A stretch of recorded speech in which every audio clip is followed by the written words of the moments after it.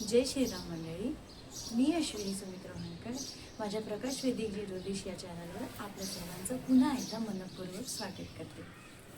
तुम्हाला माहिती आहे का, आपल्या पूजेमध्ये कुंकवाचं इतकं महत्त्व का बरं आहे?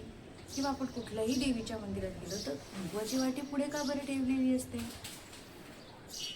ह्यासाठी हा व्हिडिओ तुम्ही शेवटपर्यंत नक्की बघा.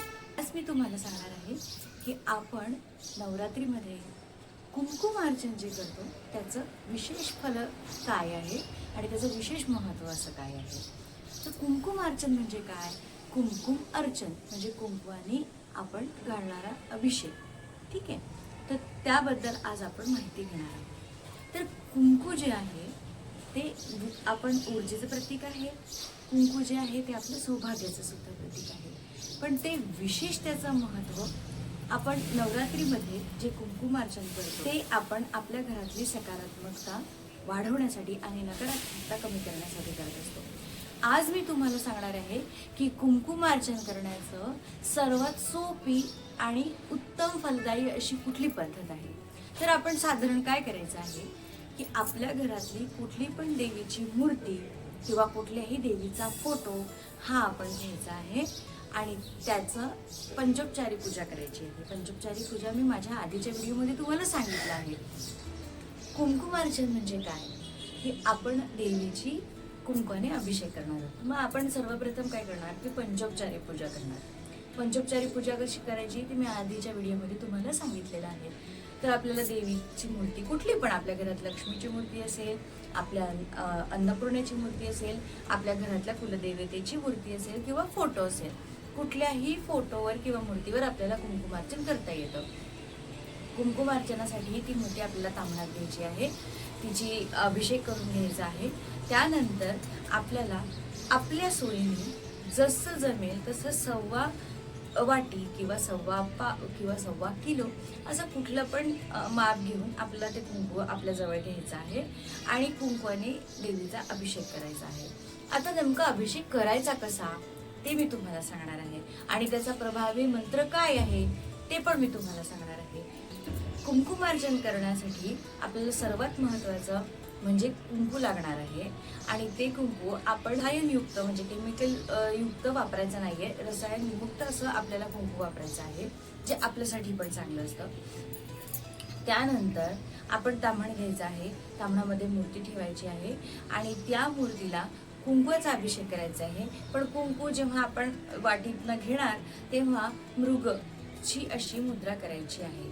ठीक आहे ना, म्हणजे ही अशी मुद्रा झाली पाहिजे की ज्याच्यात मध्ये आपण कुंकू असं घेऊन आपण देवीला वाहणार आहोत. देवीला कुंकू मग कसं व्हायचं, ते देवीला कुंकू हे खाली त्यांच्या पायापासनं तर शिरापर्यंत व्हायचं. पायापासनं तर त्यांच्या डोक्यापर्यंत आपल्याला व्हायचं आहे आणि असं आपल्याला जोपर्यंत आपल्या वाटेतलं कुंकू संपत नाही तोपर्यंत करायचं आहे. पण हे कुंकू वाहत असताना आपल्याला एक उत्तम असा मंत्र मी तुम्हाला सांगणार आहे, तो म्हणायचा आहे. तो म्हणजे ओम ह्रीं श्रीं क्लीं चामुंडाये विश्चे. किंवा तुम्ही तुमच्या आराध्य देवीचा सुद्धा मंत्र म्हणू शकता किंवा तुम्ही तुमच्या देवीचा कुळदेवतेचा सुद्धा नामस्मरण करू शकता. पण तुमचा भाव हा खूप महत्त्वाचा आहे. त्यानंतर आपण कुंकुमार्चन झाल्यानंतर आपण देवीची आरती करायची आहे आणि नंतर ती देवीची मूर्ती आपण काढून ठेवायची आहे आणि जे कुंकू आहे, जे अभिषेकाचं कुंकू आहे, लक्षात ठेवा, अभिषेकाचं कुंकू हे आपल्याला परत वापरायचं नाही आहे. अभिषेकाचं कुंकू हे आपण आपल्या घरी जर कोणी स्वाशिनींना आपण हळदी कुंकवाला बोलवत असू तर त्यांना प्रसाद म्हणून देऊ शकतो किंवा एका छोट्याशा डबीमध्ये ते भरून आपण ते रोज लावू शकतो. एवढा आपल्याला काळजी घ्यायची आहे. त्यानंतर देवाला ते पुन्हा कुंकू वापरायचं नाही आहे. सांगणार आहे की आपण आपल्या घरामध्ये पूजेला कुंकवाला इतकं का महत्त्व आहे किंवा आपण कुठल्याही देवीच्या मंदिरात जातो तर तिथे ठेवलेलं जे कुंकवाची वाटी असते त्याचं इतकं महत्त्व का बरं आहे.